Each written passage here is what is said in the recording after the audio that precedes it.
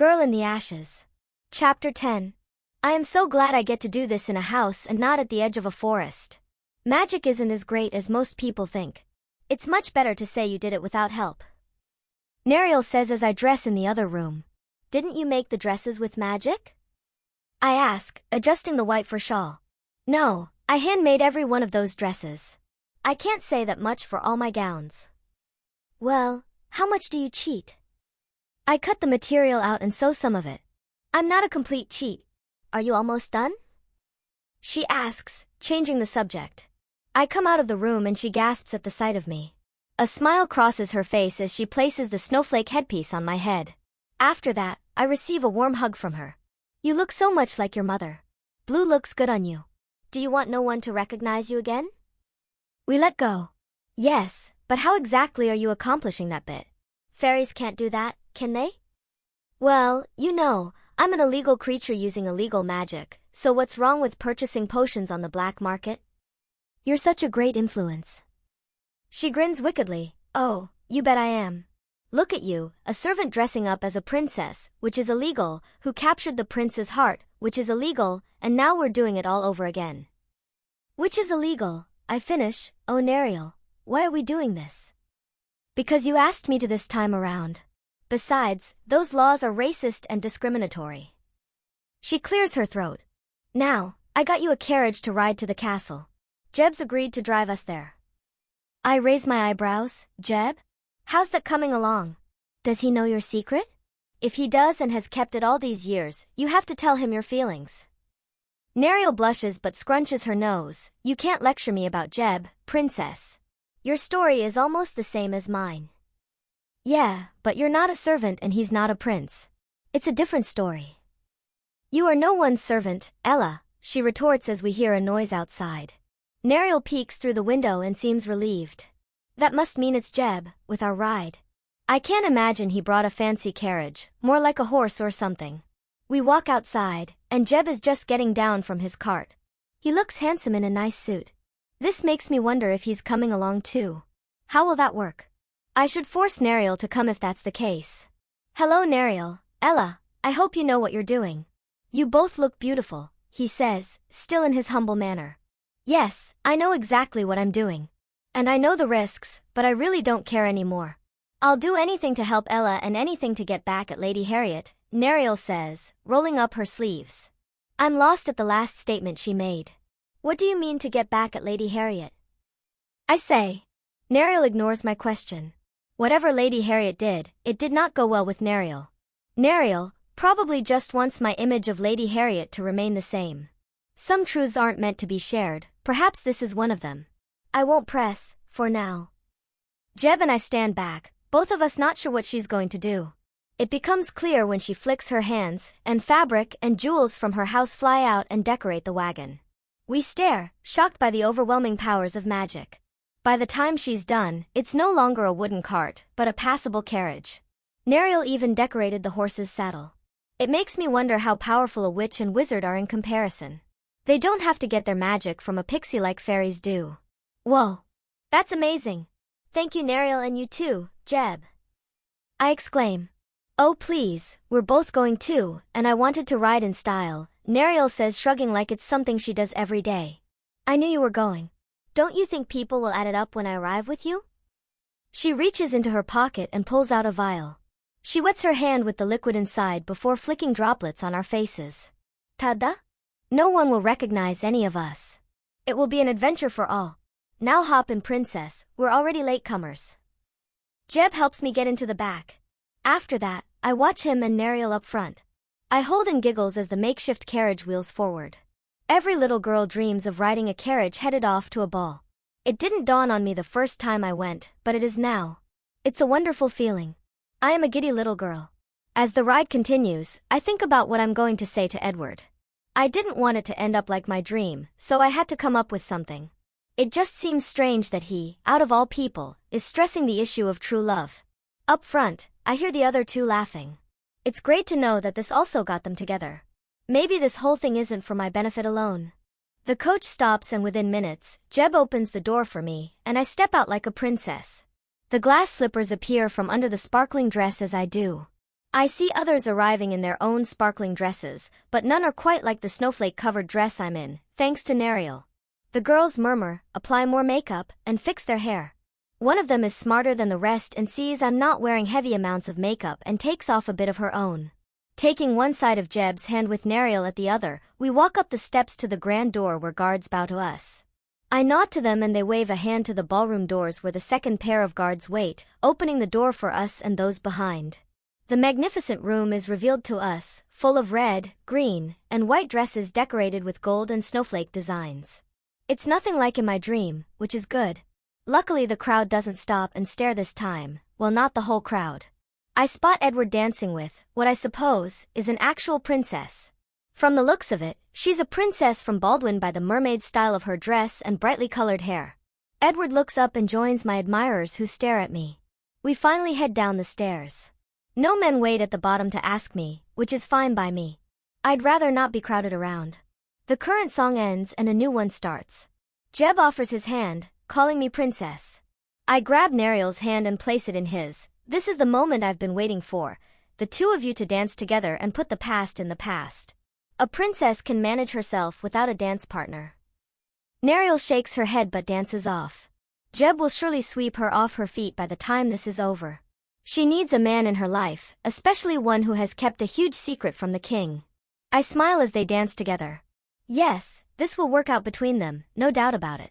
There's a tap on my shoulder. I turn around but find no one there. I could swear there was a tap. Before I look ahead, I walk forward and run right into the culprit, Edward. He saves me from my stumble by turning the movement into a dance. Hello princess, glad you came a tad earlier this time. Though it felt like endless torture waiting for you nevertheless. Is this how you get all the girls to dance with you? He shrugs, only ones I'm particularly interested in. You look gorgeous by the way. The blue suits you, my seasonal princess. A smile crosses my face, thank you. Blue is one of my favorite colors. He twirls me, and the dress flows out. When he tugs me back he asks, do I get a name now? Or anything about you personally? We can start with an easy question like what you do for fun. Dreaming, it makes all the pains in the world fade. I bet in a soft bed made of petals dreaming is easy. I laugh, yes, that would help. Another twirl, I personally like discovering new things, which you could call dreaming in a sense. But you're the biggest discovery I've been trying to spell out. What's that supposed to mean, Your Highness? You're the most wonderful word I've heard, but that word is scrambled. So I don't know your definition. Tell me all you're willing to share, for hints. I bite my bottom lip, then smile. All I can share is that leaves fall, snow melts, petals wither, and the sun sets. Everything melts, withers, and falls at some point. I've been falling myself, and I'm just waiting for the point where nothing can pick me back up because I'm too withered to stand. A bit of philosophy, huh? I'll do you one better. What you say is true, but the leaves, the snow, the petals, and the sun always come back because someone needs them and cares. You never fall, wither, or melt to the point where no one can help you. I'll catch you and steady you before that fall happens so you never have to wither away, he says in the same sweet tone father spoke to mother. You'll steady me? I whisper, remembering how he has done so in the past. He nods as he lifts me, spinning us around. I must have really caught him off guard for him to be spouting poetics. I still don't know if he is only interested because of my beauty or even the mystery I represent. I don't think it is by the way he talks. The next song begins, and we continue to dance. This time, I ask about him. After all these years, it isn't surprising that he has changed. I claim to him that I want to make sure I know what I am getting myself into, which is true. I like the color white. I look down at his white suit, I couldn't tell, but white isn't really considered a color. He leans in. Well, if you must know, I like red, but I say white because that's what everyone expects me to say. I can see why. Red is famous for blood and rebellion. He twists his lips, well maybe I should say red-orange. Not as bad, right? We talk more about favorite colors, food, books, art pieces, and other random topics. We even get to the topic of what he plans to change when he becomes king. He wants to end the war with Effa and make peace with Avani. I guess the king is pushing on Avani right now, which won't end well since their kingdom has jurisdiction over ours. This topic sends us spiraling and our dancing stops altogether, so we step to the side. We've just finished our 5th dance. Doesn't he know what that could do? Avani is the ruler over Amishi. Amishi bows down to Avani like the other kingdoms on the mainland. Soon he might even get into a war with Terranil and Baldwin, which would involve every kingdom. Yes, I know. I've told him many times, but he doesn't listen to me or my mother. He's a stubborn man. Do you agree that magical creatures are impure though? You've said you don't think we should go to war with them, but do you believe they are evil? I ask. I don't know. I've been told all my life that none of the kingdoms were as pure and good as Amishi, but I can't comprehend what purity means. My father's idea is cleanness and perfect in all your doings. And I can't blame his mistrust of wizards, since one wanted to take me away as a child. Then there was the kidnapping and death of my sister. I chew on the inside of my cheek. Everyone knew the princess was kidnapped and proclaimed dead after the crown searched endlessly for 5 years, but the news had drifted over my tiny little head back then. I was too caught up mourning mother's death and growing accustomed to Lady Harriet and her daughters. It never crossed my mind that Edward had lost someone dear to him too. I'm so sorry. I can see why your father is prejudiced against them. It was a witch who took your sister, right? He nods, yes, but we never found my sister or the witch. My mother still believes my sister is alive out there, not knowing who her real family is.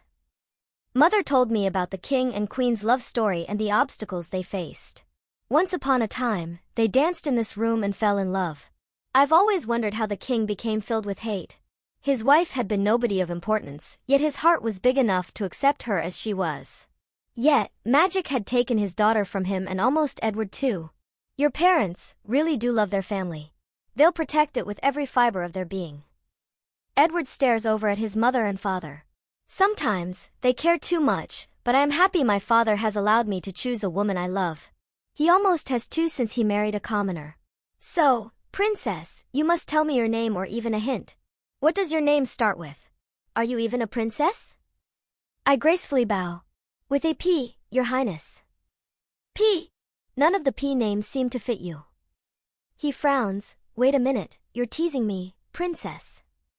I'm about to say something when the music stops and the king cheerfully announces, this next song will be Amishi's traditional dance. My son will pick the young lady at the top of his list, and they shall dance the beginning of the song alone until my lovely queen and I join. At that moment others can dance as well if they desire. The crowd turns to Edward and backs away to give him space. I follow them since I might be breaking a rule by staying at his side. It is discourteous to assume he'll pick me out of the other girls in the room. To them, I fear, even this action of backing away makes them seethe with anger. Strange are the hearts of women. Edward looks around the perfectly polished room. It is only now that I realize who I stand next to. Clara looks as beautiful as ever, wearing her dark green satin dress. Her blue eyes glow brilliantly with excitement. Next to me, she comments, "You make the prince shine with more radiance than any other girl in the room. And it's not because of the dress." I smile gratefully. Thank you, I've worried about that being the case. You don't think I'm his top choice, do you? She shakes her head. I don't know who you are or what you're like, but from what I've seen and heard, yes, I'd say you're his top choice. See? I face back toward where I left Edward and see he is coming toward us. All of us in the area bow our heads in respect. Though I'm not looking at his face, I'm sure he's smiling because of my sudden ladylike manner. His hand appears in my view, as I'm still looking to the floor. Glancing up, I see he is in fact smiling like I thought he'd be. Will you do me the honor? As long as you steady me, I say, taking his hand gently. I experience that same overwhelming feeling from the last ball where I can only move to him, nowhere else. I will, he whispers so only I can hear. Just from walking to the middle of the ballroom, I can tell this will certainly be different from the other dances. I'm not accustomed to Amishi's traditional dance, which is a fault of my own for skipping Lady Harriet's lessons. There are so many people and so much empty space around us. Edward brings me in close with his hand on my back. I put my hand on his shoulder, though I'm only assuming that's where I put it. How does this dance go? I ask, laughing at myself. Like a deer, slow and calm. Unless there are hunters, I tease, making him smile from cheek to cheek. It doesn't vanish as the music starts. It's as he said, slow and calm. Thankfully he leads and whispers to me what to do next. The dance does remind me of a doe. At times we gracefully dance, then elegantly gallop and twirl. While galloping, I let go of his hand and spread it out to the side, Then when I come back and again it leads us into the twirl. Everything is slow-moving to fit with the serene music. I forget the people watching and it's just me and him. I'm aware of how gentle and supportive he is. He truly is the Prince of Amishi and as handsome as a prince should be.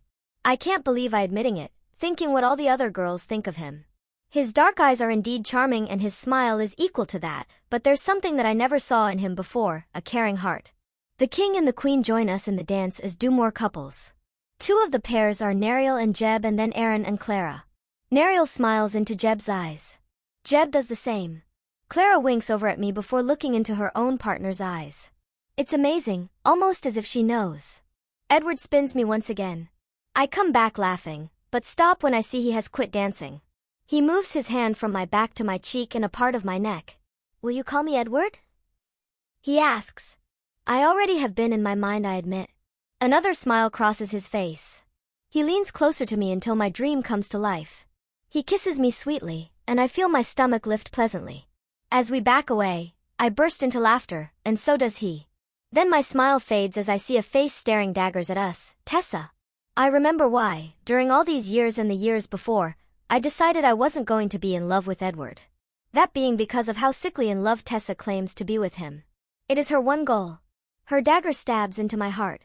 She still is my stepsister, and I love her no matter how many times she's angered me. That's right, it would never work since I'm a servant. Then even if it does work out, how am I supposed to face Tessa ever again? It would also affect my relationship with Lady Harriet as well. What is it?